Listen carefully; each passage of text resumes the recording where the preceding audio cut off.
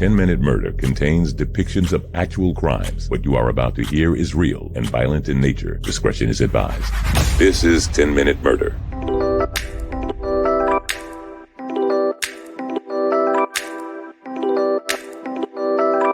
Welcome to the brief and bingeable true crime podcast, 10-Minute Murder.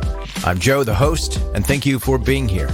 Before we get going with today's story, let me let you know that there is a big chubby dog sleeping in this room. You might hear some snoring. She might wake up, look out the window, and decide to bark at absolutely nothing.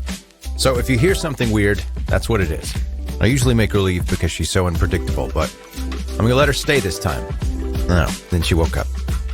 We may be in trouble. All right, let's move on. If you haven't subscribed to the podcast, go ahead and do that now. And if you have subscribed, you can connect with 10-Minute Murder on social media. And if you promise not to be creepy or weird, you can message me with stories you'd like to hear an episode on, and I'll look into them. You ever look at someone and just know they're really good at algebra? Today we're talking about the butcher baker, Robert Hansen.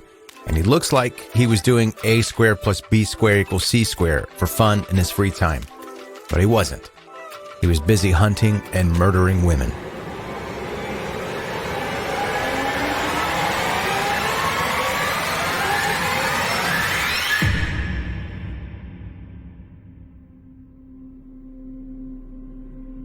There's nowhere in the world that compares to the vast and untouched Alaskan wilderness. Alaska has the lowest population density of all 50 states, making it an ideal spot for those seeking quiet and peace. For fishermen, game hunters, and wildlife enthusiasts, it's a paradise offering endless opportunity. As a serial killer, Robert Hansen found it's also an ideal location to bury things you don't want found.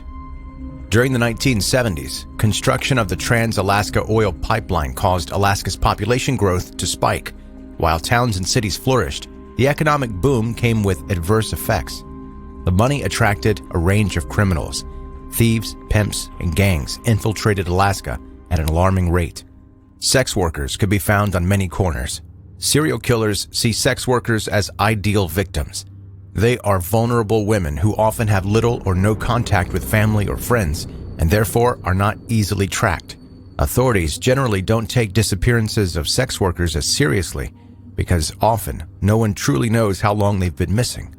The sheer amount of land, along with the harsh climate, makes Alaska a nightmare for police searching for a missing person. Alaska is the perfect place to disappear, either intentionally or unintentionally. Robert Christian Hansen was born in 1939 in Estherville, Iowa. Hansen's childhood was a miserable one. Robert's father was a cruel and short-tempered man who showed his son little affection or fatherly guidance during his early years. Still, Hansen idolized his father, planning to follow in his footsteps and one day become a baker. Hansen suffered from a debilitating stutter, the effects of which would stay with him for his entire life. His inability to communicate easily with his classmates resulted in him being painfully shy. In an attempt to avoid human contact, Hansen isolated himself as best he could. Physically, Hansen was skinny and his face was riddled with acne scars. He was continually rejected by girls, which planted within him a deep-seated resentment toward women. Big game hunting became Hansen's solace during his difficult childhood and teenage years. Fascinated with guns and excited by the power he felt when stalking and killing a living being, hunting gave Hansen a feeling of control he didn't have in other parts of his life. Hansen finished high school and enlisted in the U.S. Army Reserve, serving 1 year before being discharged. He then found work as an assistant drill sergeant at a police academy.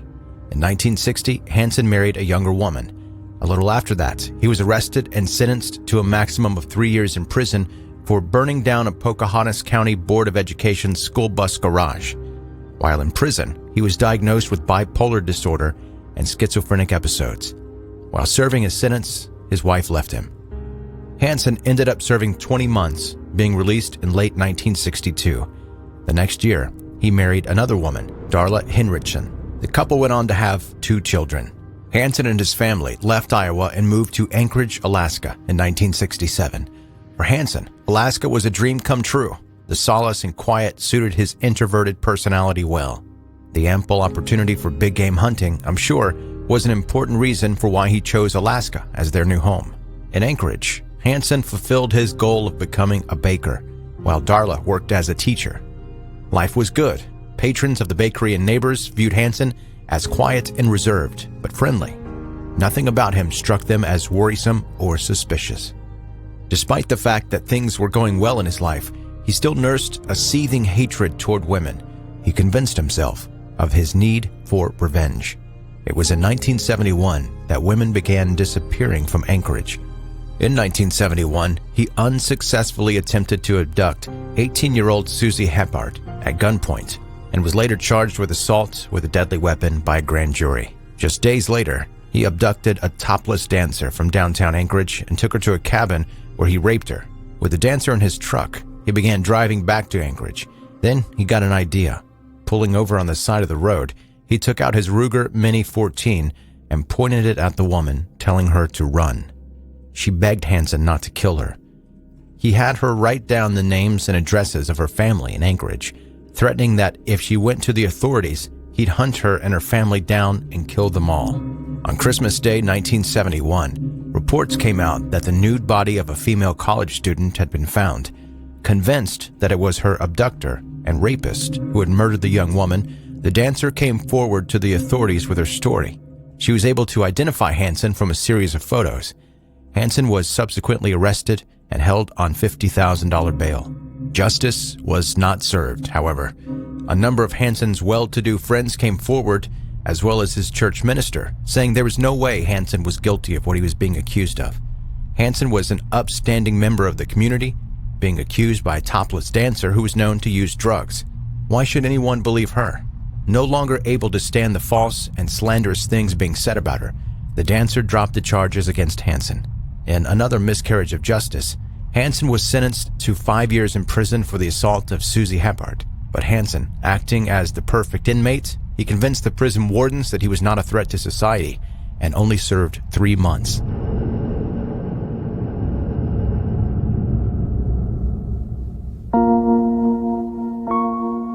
Dates of when the murders occurred are sketchy in this case.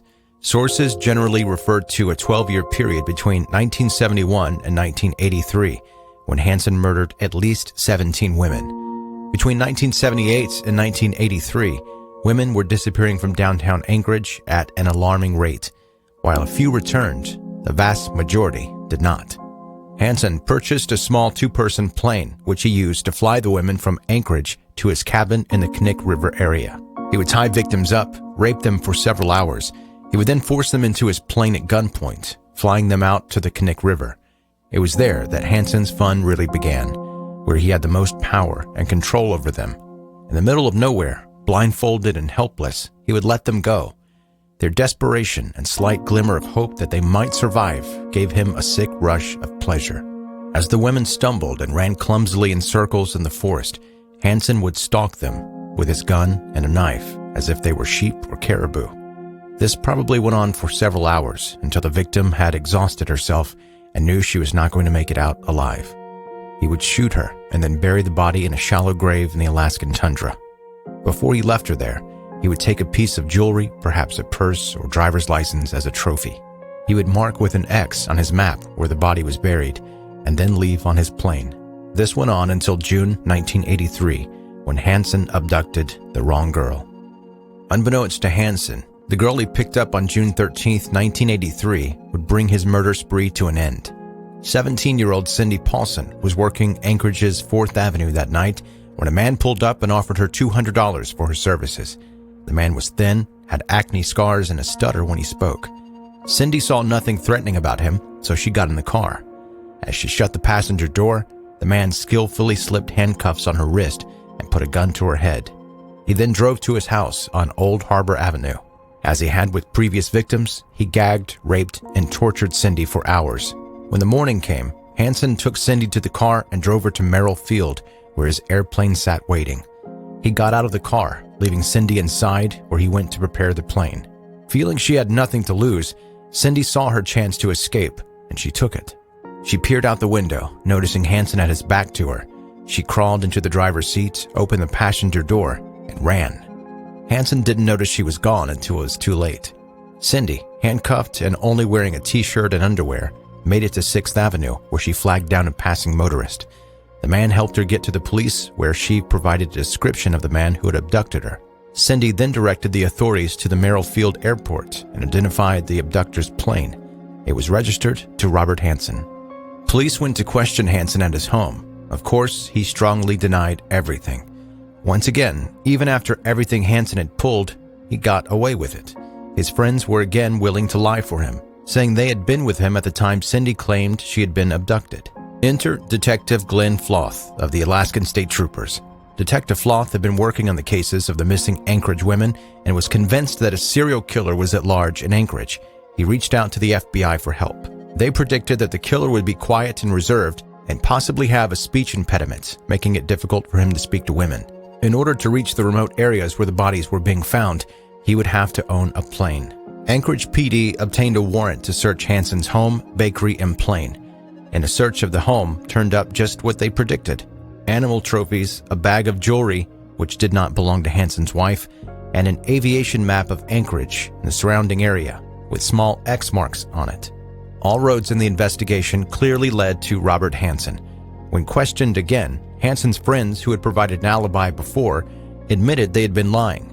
When Hansen was questioned by detectives about the items found in his house, he could no longer deny his involvement. He confessed that between 1971 and 1983, he had murdered 17 women and left their bodies in the Alaskan wilderness. On examination of the aviation map found at Hansen's home, Floth came to the conclusion that each X marked a burial site. There were a total of 24 X marks on the map. While Hansen never admitted to more than 17 murders, the 24 marks on the map led investigators to believe he was almost certainly responsible for more murders than he said he was. On his arrest, Hansen was charged with assault, kidnapping, several weapons offenses, and theft. He was also charged with the kidnapping and rape of Cindy Paulson. He pleaded guilty to the murders of the 4 women the police had already located. Using the location map, Hansen showed authorities 17 of the 24 grave sites marked on the map. 12 of the sites were previously known to them. Hansen was sentenced to a total of 461 years plus life in prison. It is widely believed that the number of people killed by Robert Hansen exceeds 30. It is also unknown how many women Hansen raped but did not murder. Hansen died on October 21, 2014. He was 75.